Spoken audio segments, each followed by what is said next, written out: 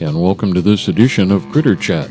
Today we're going to travel to German Valley, Illinois, home to Critter Camp, which is an exotic pet sanctuary founded and run by Beth Randall.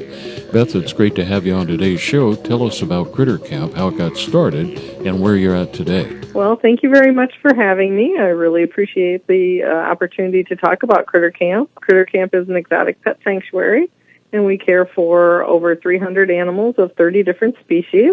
They're all unadoptable. They're old, sick, aggressive, fearful, or excessively unusual, difficult to care for. We're the only sanctuary of our kind in the United States that's all volunteer, USDA licensed, 501c3, all that kind of stuff. And this is our 12th year of operation. We started out as a homeschool project. We didn't start out to say, oh, hey, let's save all these animals.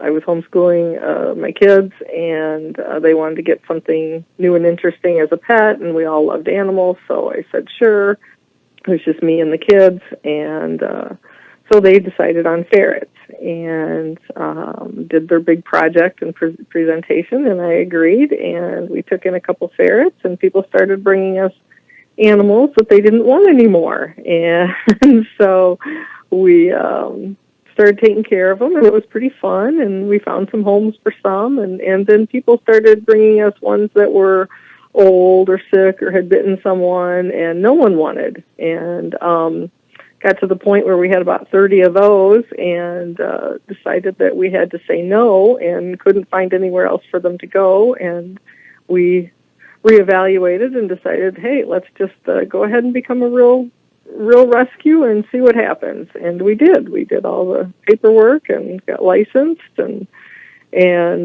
became a nonprofit charity. And here we are 12 years later with a lot of animals. And we've saved close to 2,000 animals in those 12 years.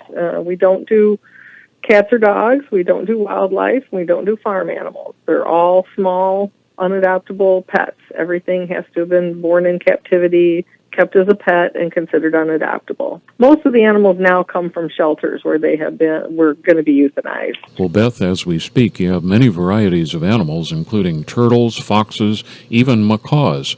Right now, yes, we do. We have 30 different species. We have parrots, ferrets, lizards, sugar gliders, hedgehogs, 3 pet foxes right now. We've got a sulcata tortoise who's about 60 pounds, a potbelly pig, guinea pigs, rabbits, and of course the wonderful ratties, and mice and gerbils and hamsters.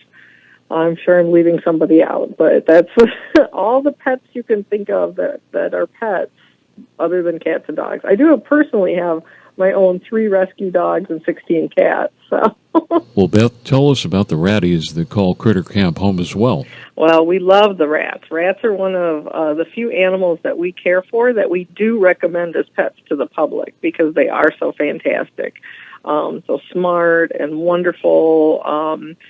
Unfortunately, some have been abused and neglected enough to become biters, or maybe genetically they were just not predisposed to a good disposition, and they've ended up in shelters or at veterinarians' offices or somewhere, and they're going to be put down due to their behavior. Some of them have tumors that are inoperable due to age. Some are just very elderly, 3 years old and up. So those are the ones that we care for right now, over 100. Well, Beth, looking back, is there anything you wish you would have known then that you know now?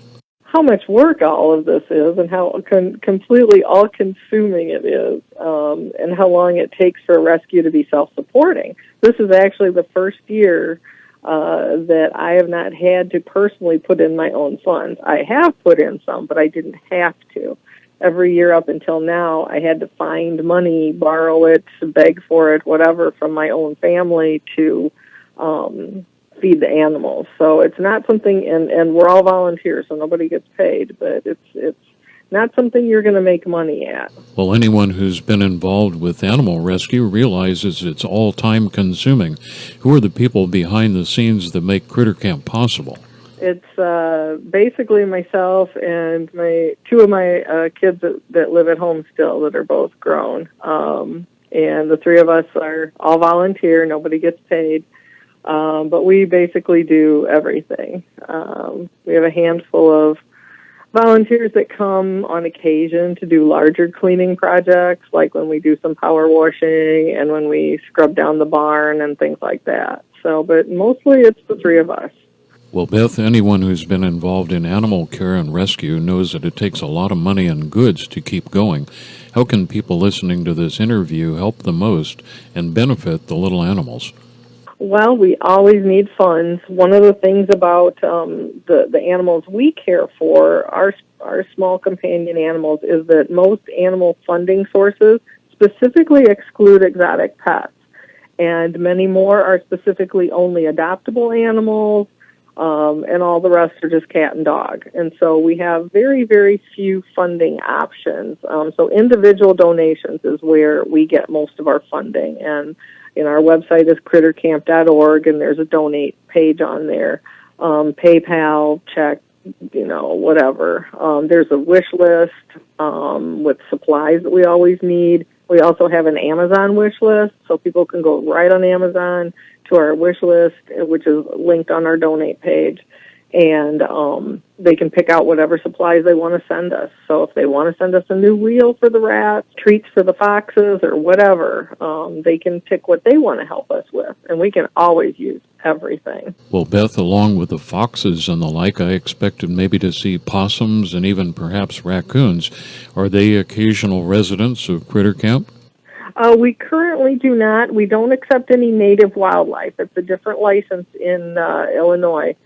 So we don't have any native animals, but we have had short-tailed possums, which are native to South America, and they are just the cutest little things. They're about the size of a large mouse or small rat, and they've got the little prehensile tail, and they curl around, and they are a sweet, unique little animal. So I do like those quite a bit. We don't have any now, though, but the foxes, even though it seems like that would be a wild animal, they are bred in captivity. So we have one red, we have one Arctic marble who was actually bred on a fur farm, and then we have the fennec fox, which is native to the Sahara Desert.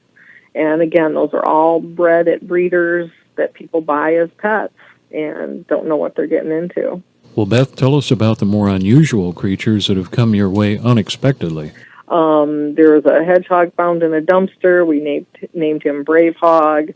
And then there was a bearded dragon that came in we thought it was dead. It was just skin and bone. Its eyes were shut. It was ice cold. We brought her back, and she's eaten and doing great now. And then, of course, we've had really big rescues, what we called the Ratastrophe last year, where we were supposed to be taking in a group of 20 rats, and it turned out the day we got them it was 69, and they were not sexed. So there ended up to be 110 of them, and so that really stood out. We did adopt out quite a few of those, even though we normally don't adopt because we're a sanctuary. In that case, when we take in pregnant ones, we do socialize and adopt the babies. So we ended up getting about 2/3 of those new homes. Well, Beth, it's very common for us involved in rescue work to bond with many of our rescues.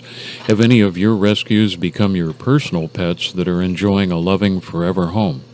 Well, right now the rescue is run out of our home, so everybody's in our home. And like right now, I'm in the quietest room, which is my room, and there are 7 sugar gliders, 6 mice, and 3 degus in here with me. So, but I do have some personal favorites. The hairless rat, Gus, that we use for our education programs is one of my absolute favorites, and he is in a nice enclosure right beside my computer so that he can sit on my lap most of the time.